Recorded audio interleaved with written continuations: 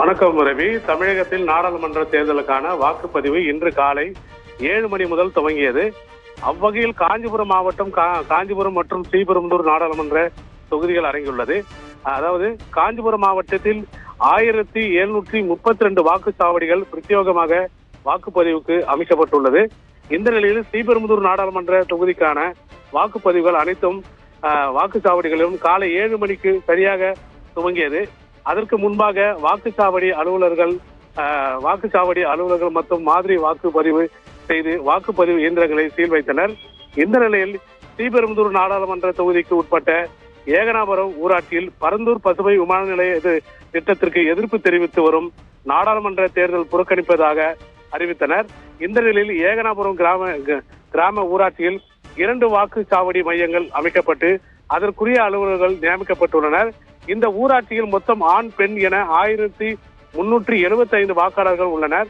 ஸ்ரீபெரும்புதூர் நாடாளுமன்ற தொகுதியில் 31 வேட்பாளர்களும் ஒரு நோட்டா என மொத்தம் 32 வேட்பாளர்கள் உள்ளனர். இந்த நிலையில் காலை 6 மணிக்கு வாக்குப்பதிவு இயந்திரங்கள் அனைத்தும் சரிபார்க்கப்பட்டு மாதிரி வாக்குச்சாவடி அலுவலர்கள் பதியப்பட்டது. இந்த வாக்குச்சாவடி மையங்களில் அரசியல் கட்சி முகவர்கள் ஒருவர் கூட பங்கேற்கவில்லை என்பது குறிப்பிடத்தக்கது.